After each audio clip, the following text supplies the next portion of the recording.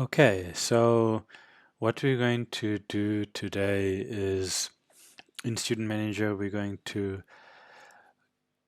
look at adding a short course. Now, the difference between um, qualifications and short courses are that qualifications are your longer learning programs. So they are programs that may run over,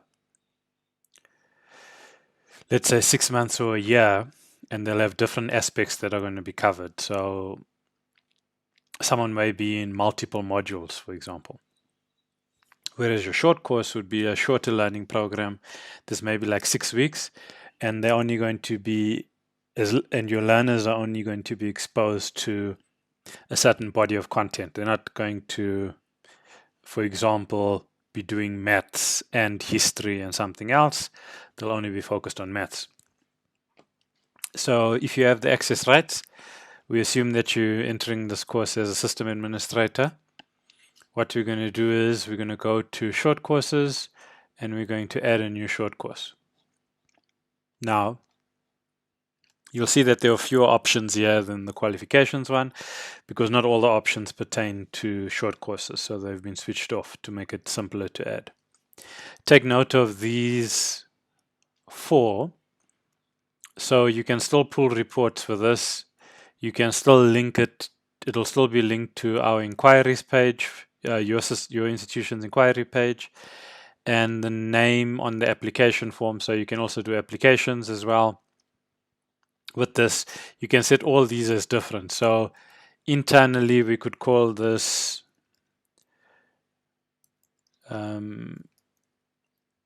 short learning program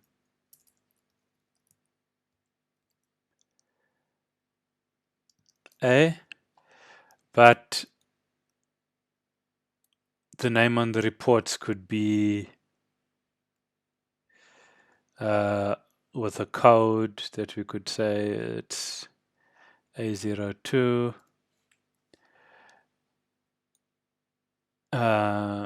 There we'll leave it a short learning program, and then we could put A02 on the application. So just so that you know, you can have different names. So I'm going to call this SLP A02. Right. Don't need to describe it. Maybe there's no credits for this course. If there was a credit in NQF, you could choose those. Like with the adding a qualification, prospectus summary on your applications page for your institution, which is built into Student Manager. You can add descriptions, add images, files for them to download off the summary page, and then the detail page is once they've read the summary, they can then go on to the detail, so they'd actually read more about that particular learning program. And this is the page that will actually allow them to apply. So for example, you could give an overview of the course in the summary, but on the detail page, tell them stuff like entry requirements and payments that need to be made beforehand, stuff like that, so that they're aware of those things. If there's any forms you want them to download, you can also link them to this page. So maybe they can download your debit order form or forms like if there's any learner confirmations or disclaimers or anything that they need, they can download those as well. And so they'll have them up front, then later on in the application process, they can upload them. Okay, so now we're happy with this course. So we are now going to save it. Okay, once it's saved, the next thing we need to do is we need to decide which of our campuses or sites are going to be offering this course. So I'm going to say that this is only an online course. So it won't be at any of the other campuses. It's only going to be online. If you wanted at any of the other campuses, then you'd add all the campuses here. But for now, we're just going to have it at the one campus.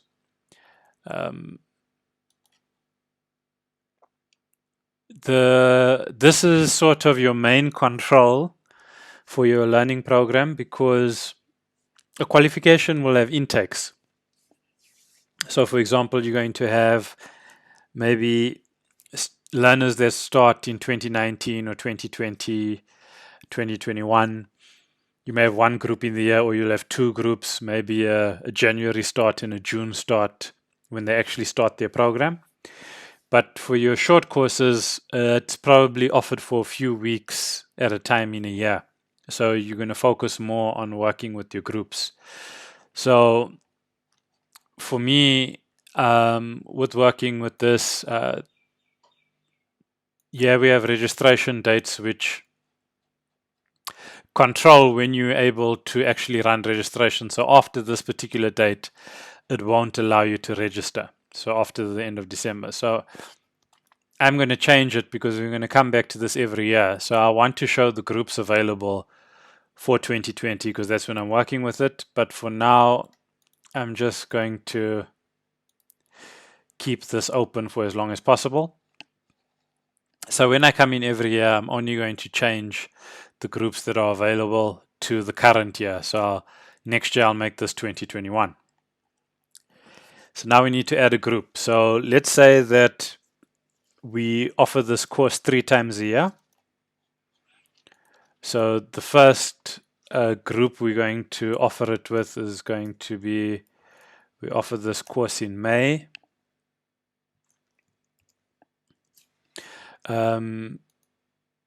You could write more, but for me, it's just clearer to know that when I'm searching for stuff and I search for groups in 2020, because that's how the system works with the dates, I only need to worry about the month when it happened.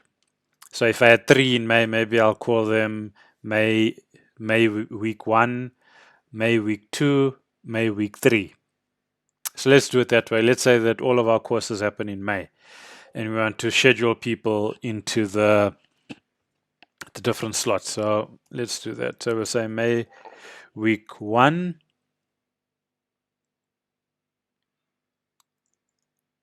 Week 1. So, okay, so we're going to go to May, and we're going to say that this course is happening from the 4th to the 8th of May. Okay.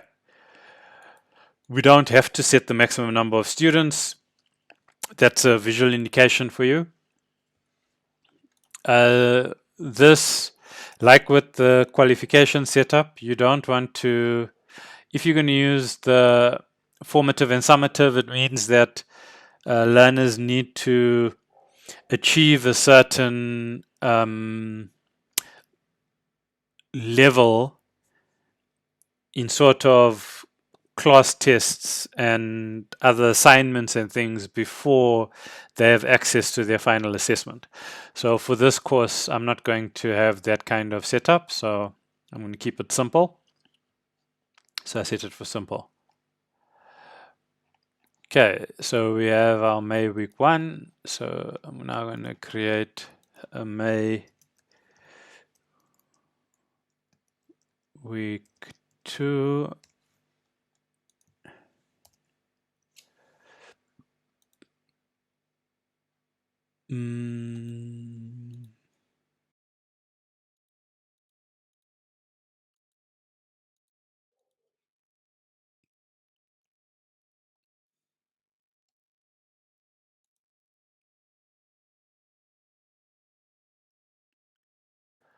Okay, and I'm going to add May week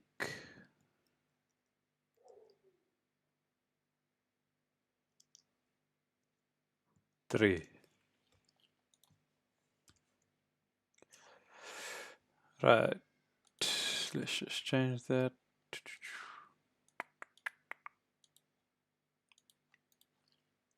Okay, so now at least I know for the month of May, all of my groups that people could potentially go into are set up. Okay, information capture wizard, like your application wizard in qualifications, this is your method for collecting information from learners. So it's similar to your what would currently be your paper version of your application form, or if you were doing online applications before, it's basically your an online version of the data you want to collect from a learner to vet them for the course. Okay. So basic information, we aren't going to edit that because we can't add the sections. It's always going to have the first name, last name, and email address for the learner because we need to send things out to them. So what we generally do is when the person starts the course, you want them to get an email notification of some kind. So you'll go into your settings here and we'll edit and we'll say, okay, when it starts, we want to send an activation link. Okay. So we can say, dear,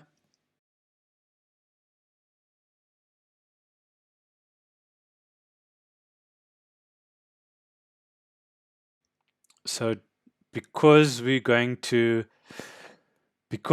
click submit on the first page to go to the next page, so they can continue with the application, we will then have their first name and last name in the system, so we can send them an email. So we're going to say, dear so and so,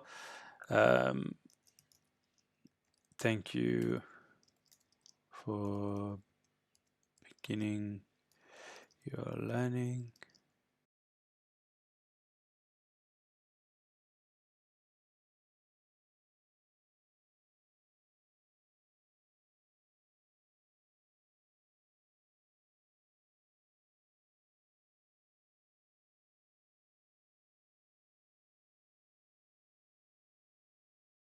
Okay, so while we're on this page, what we're going to do is look at a few things. So we have this email, so once they're done on that step, an email will be triggered.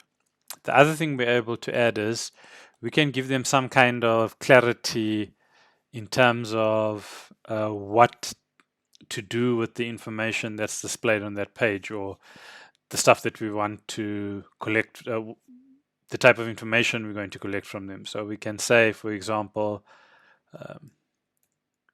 please note that we will.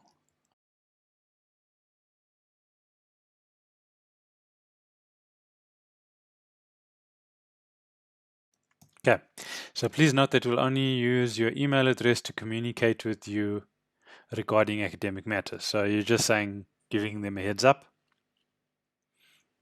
You could also say um, for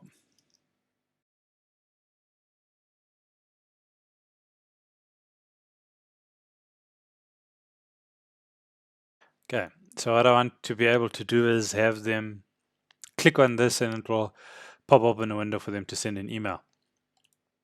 Before that, let me just center this. So what I'll do is I'm going to copy this and then I'm going to use this link option here.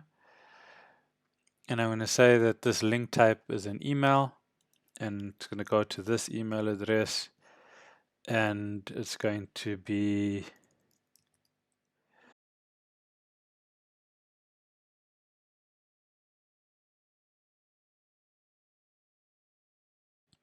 so that'll happen there. So now we have some instruction for the user here on this page, or the applicant. This is the email that we're going to send when they click to go to the next step. We can, if we put in a reviewer on the page, we can activate this, which means that their application will be paused on this particular step. We can then notify a reviewer. They'll come in, do the review, and once the review is complete, we can trigger another email for the learner. Okay. Terms and conditions, you can just put in stuff, yeah, like, I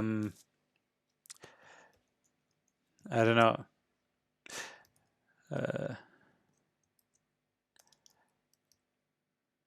I acknowledge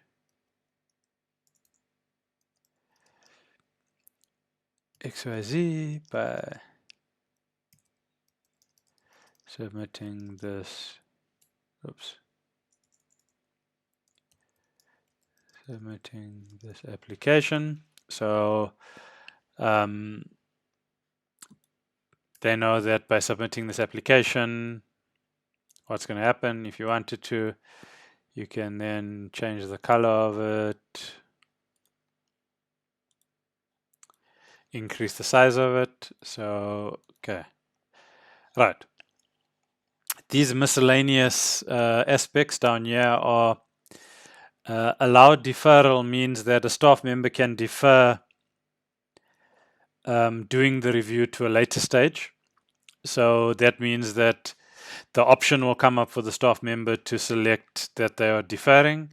If you select that option, it allows you to continue with the application.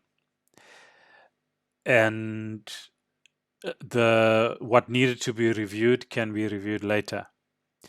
If you select requires review of all previous steps to continue, this option means that if a number of reviews needed to be done on different steps and they haven't been done yet, so they were deferred and deferred and deferred.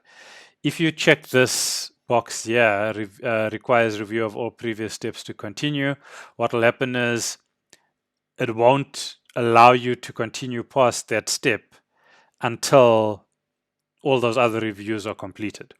Okay. Hide future steps until complete. This is one, like if you had 10 steps in your process, for example, and you had sort of a cutoff that after the third step, people get split. So some would get rejected, some would get accepted at that process and be allowed to proceed with the application process. Then you could hide everyone's stuff at that stage, and then once the review has been completed and they've been notified that they can now access the stuff, they'll then see all the other steps, whereas everyone else will stop at maybe step 3. So that's what that is for. So we're not going to do that because this is the first step. We want to make sure they get the activation link, and so that we know that if during this process they exit and then come back in, they can log in and access their profile and continue with the application. So I'm going to save that. Okay, so we have that saved. Now we can collect more information from them if we'd like. These get loaded by default for you so that you are aware that there is another step, because sometimes when people are setting it up, they think that the basic information is the only step. Let me just edit this. And I'm going to call this the standard wizard. So this is our standard that we're using currently. In the system, you're also able to do set up certain types of automatic student number assigning. These are useful if you're going to use stuff like a student number for payment reference. And there's different types of combinations that you can use. So what we do here is we can say that a student number will be created for this learner on completion of a certain step. So they'll be assigned some type of code. Obviously, the system's just assigning this, and they are numbers that are going to follow in sequence. So you can just switch it on and not have to worry about the number, because obviously if they don't complete the application process, they sort of link to that reference number, and it's not going to affect anything in the system unless you're concerned about only giving student numbers right at the end, because you'd like to know that your number sequence from 001 to 100 are the students for a given year. But if not, you can use that year. You won't use this section for short courses because we link directly after the applications process directly into dealing with payments for the course, because There isn't any other information. If there was a thing that you stopped at the end of applications and you dealt with finances separately, then you'd use this option, but it's not really necessary anymore when you're doing a short course. You can use it for the qualification setup. Okay, so we have this running. Now I want to collect some more information, so I'll say I want to get a contact number, and I'll show the home and work, the mobile and work, but I only require the mobile one. And because there's finances involved, I need an address. So for the address, I only want postal. Oh, sorry. I'm going to show both, but I only require the postal address. And then the last thing I need is some kind of identifier. So I need an identification number. Our identification number tool covers two aspects. You have your identity document, and then you have a passport. So those are the two that are covered in the identification number. So they get to choose whether they're adding a passport or a identity document, like a South African ID, for example, or yeah. So we have those. So now the next thing we're going to do is we want to, just so that it's understandable, we're going to do a document upload. And the instruction we're going to give them is please be aware.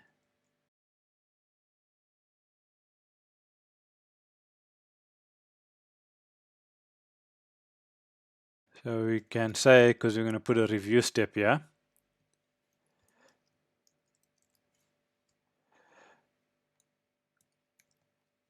that we are going to submit this for review. And then we'll say, dear, I'm going to save this. I don't want to retype everything.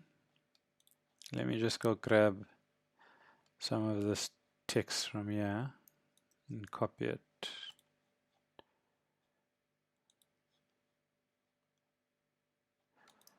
Okay.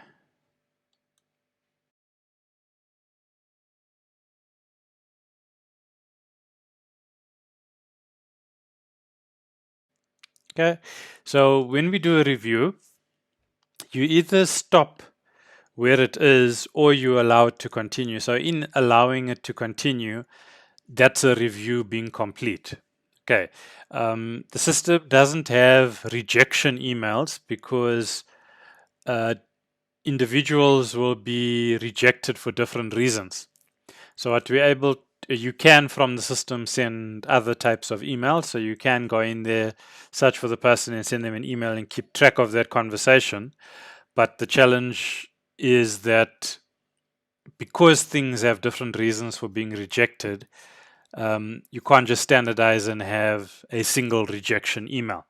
And also, if you're offering short courses and things like that, you want to give the person an alternative so that you don't lose them as a potential client. You want to give them a different method of continuing to study. So because of that context, we just have this email to send to applicant once staff review is complete. So this is standardized in terms of them moving forward with the process. So we can now give an email to say review complete.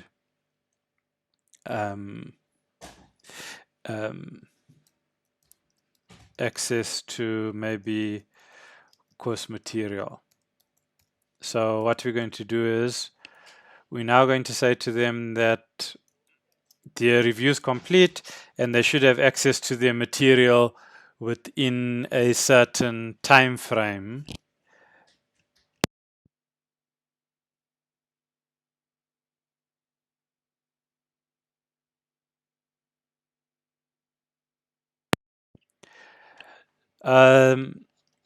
So when we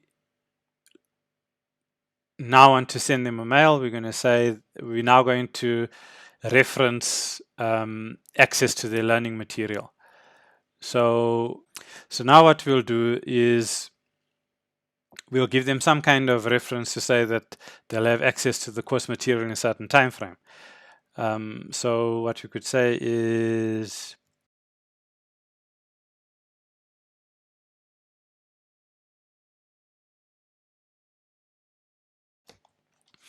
there is a list of these different things that you can put in here, which are displayed on the page that you're accessing this video from, so you can use those in the body of the text for your applications. Just makes it easier so that you don't have to keep looking these up. So at least they know that, and they can deal with their payment. Okay, so now what we're also doing is we're using these emails to let the applicant know what's going to happen next, so that they have an idea that they're about to pass the step or they're about to go into this next step. Right, so we save this.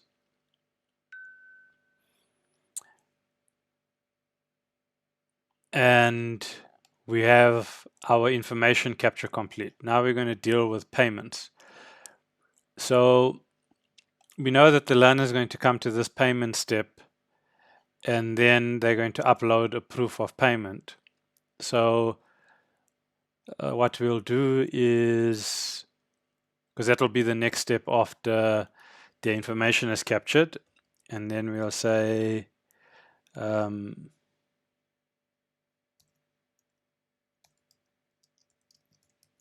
you don't need to add as many of these notifications as I have here. It's just showing you the flow and how you can use it. So what you're able to do now is say, dear applicant,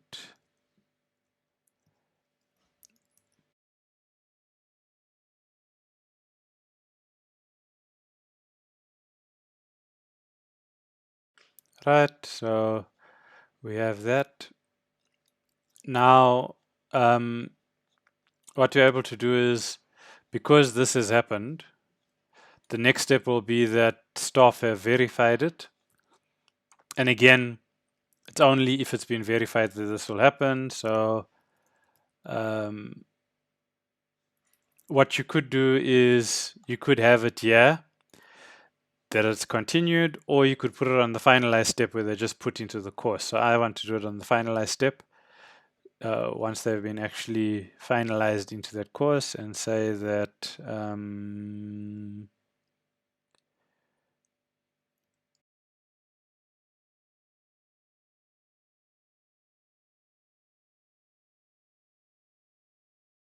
so what's happened is they've gone through the admissions process, they've gotten financial clearance, and now they can access the course. So that's the flow.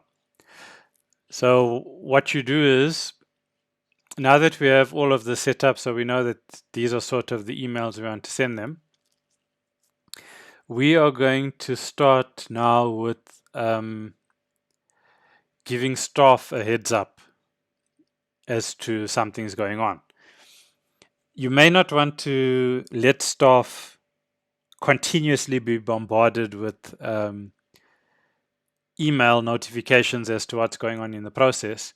So it's better to do it when they need to, when they need particular access. Sorry, it's better to do it when they need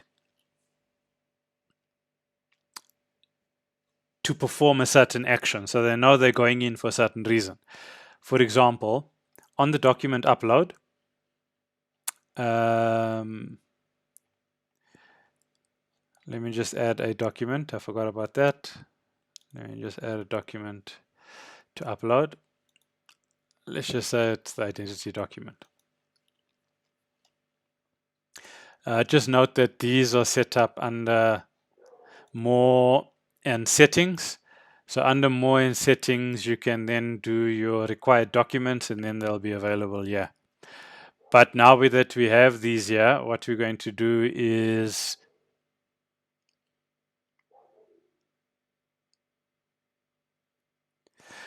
now that we have these here, what we're going to do is add a reviewer. So we're going to say that we want from the online campus, for the online campus, because this is the campus that we are dealing with, we're going to say that for the online campus, we want Bruce Wayne to do the review.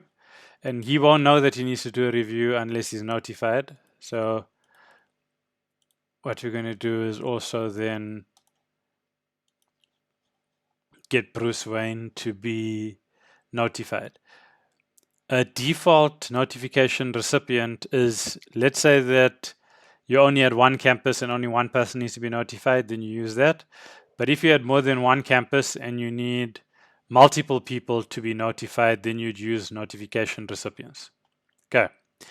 So we've set that up. So Bruce Wayne's going to be notified because he's responsible for applications. But now a student has submitted a payment. So we need a certain staff member to be notified from the finance section, for example. Let's use James Batterby, that a student has submitted something, yeah, you need to go in and check. Then the person who's going to finalize this application needs to know, or finalize this registration into the course, needs to know that the payment stuff has been concluded and the person has passed through, so they can now register the person. So let's do that. Michael Flatley is going to be notified because they're the person who's going to finalize this. Okay, if this was a course that only had one lecturer, for example, or one trainer, you could then add them on here to be notified that this has been finalized because they now need to go deal with the student in the course. So you can use the notification in that way that it prompts staff at the right time for the things that they're responsible for. And they'll get a notification, and based on when they get it, they know, okay, I need to go check finances, or I've been notified, which means that there's a new student in the course. I need to go deal with the course. So that's how you can automate it with these. Okay, so we've been moving along these steps to make sure that our short course program has been set up properly. What we're going to do now is we're going to deal with the payment settings. So the way the payment settings work is when you are working with payments, these are if you're going to offer different types of payment structures. So you could have a set payment thing that based on the costs, they're going to pay a certain amount, or you can add discounts to that, but that's not, that's only if you have those in place. Because I've said that there's a payment earlier on, maybe you don't have that, they only have one amount to pay, so all of that's not necessary. You can then say that on the settings now, you can now say that, oops, sorry, I didn't click edit. So you now can say that someone can, this will show on that apply page, someone can apply online. You don't need to select to start registration, groups must be selected. That's something you're going to do at the end when you allocate them into either the May week 1 or the May week 2 or the May week 3.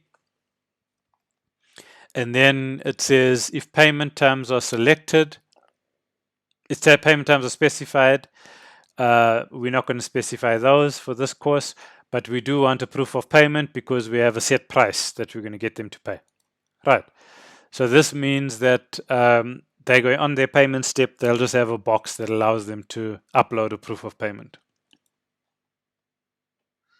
So now we have set up our course, and the course is ready to accept applicants. Okay, what we've done here is we've said that applicants can apply online. So someone could come from the outside, or as a staff member, I can actually do this application internally. So the difference is we have all of the stuff at the top because we're currently logged in. When someone applies from the outside, they won't have that bar at the top. So I'm going to do a new application, and let me, oops.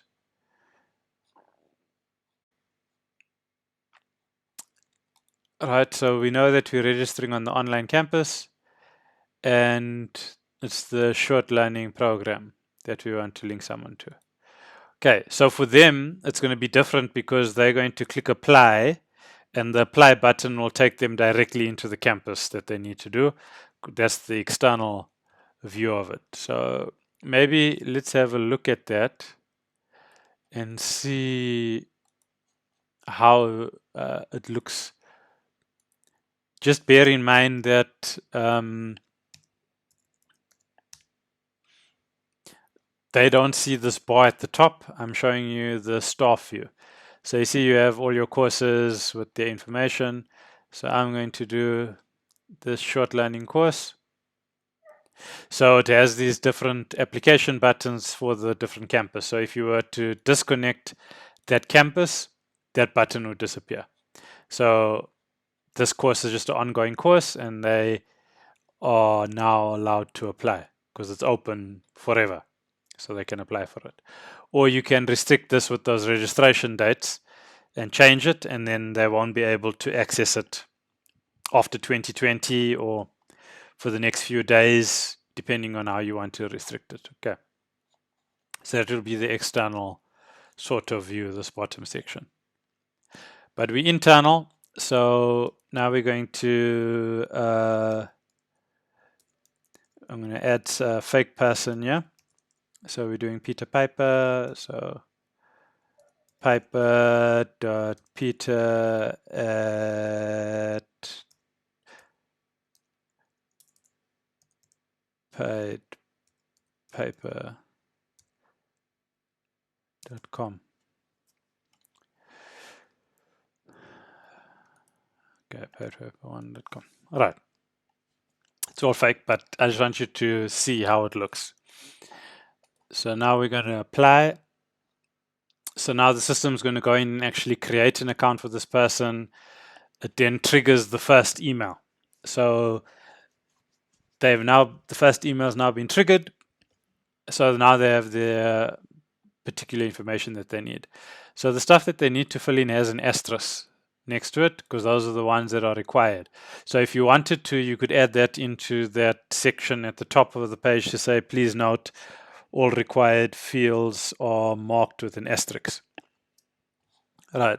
So now what you're going to say is this person is from, let's say they're from France, and their contact number is, okay. The next thing we're going to do is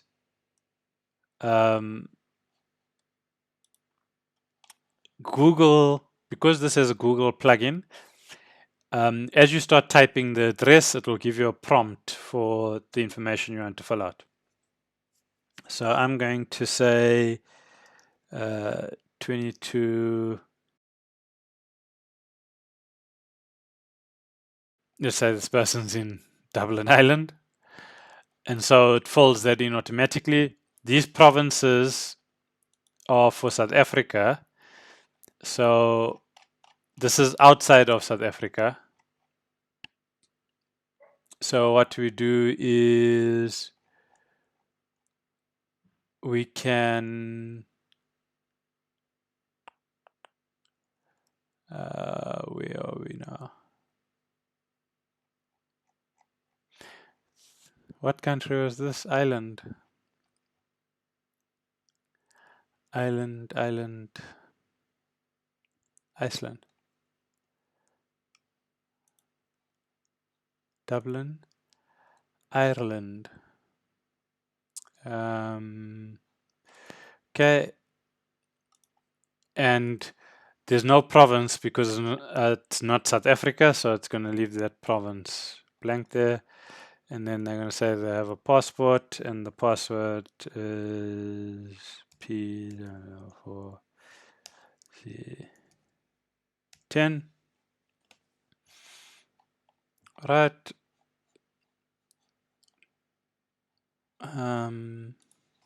Next.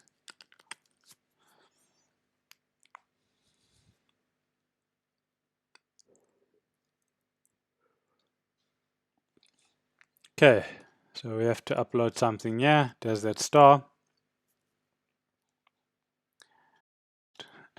Going to add a image file.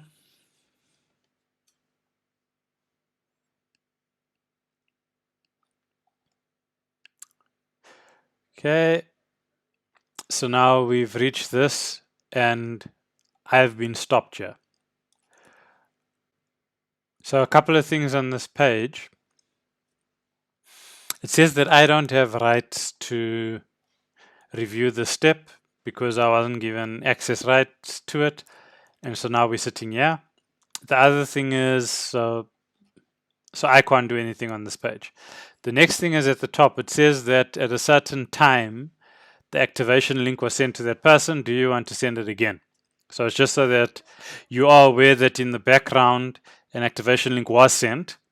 What happens is if you didn't have emails triggered that had the activation link in it, you could still send an activation link, but it won't be automated. You could only send it at the time you'd like to by initiating the process and sending the activation link. So it's, if you want to automate it, it's good. But if you forget to automate it, you'll see that a different message will be at the top that will tell you that the activation link hasn't been sent and you can now send it. So you just have that option there. So because I don't have access over here, what I'm going to do is I'm going to give myself access. So we're going to go to the short course and then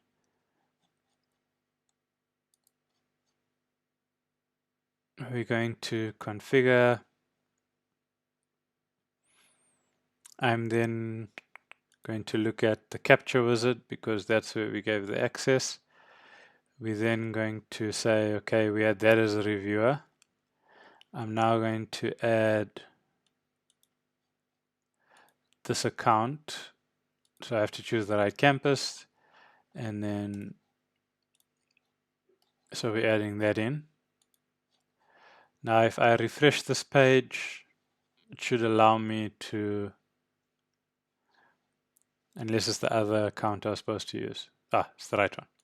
Okay, so now I can view this file, click on it to view, and now I can complete the review. Okay, so we now get to a page that says that the review is complete, continue with the application. So it's just saying that we've gone past a review step in the process. Let's continue to the end.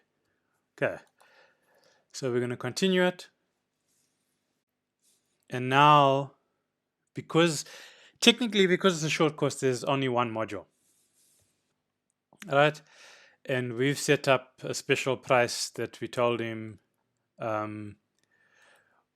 what to do. Because of that, we can now have him upload a proof of payment. So I'm just going to use that. And then we're going to confirm the payment. Right. So now, because I've been given access to the registration process, I can now also do confirmations. There's a restriction that you put on the person's profile for that. And this person I'm going to put into, because let's say my other groups were full. and they'd reached the amount that I needed them to. I'm now going to put him into week 3. When I click finalize, that last email is going to go through to them, which will say that they can now access the course. And they now have a student tab. You see that they were assigned a code automatically. You see that they were sent an activation link when I created this. And yeah, they are in the system and they have contact details and address details and a document uploaded. So that was all part of the process. So that is setting up a short course and registering learners into their different learning programs. Remember that process can be split, that they can start it and then hand it over to you, or you could just do the whole process on your own in the system. I hope that you have found this helpful. Please send us a mail at support@studentmanager.co.za if you have any questions or queries regarding this. Also, have a look around in our help documentation for any other questions which you may have in terms of setting things up in the system.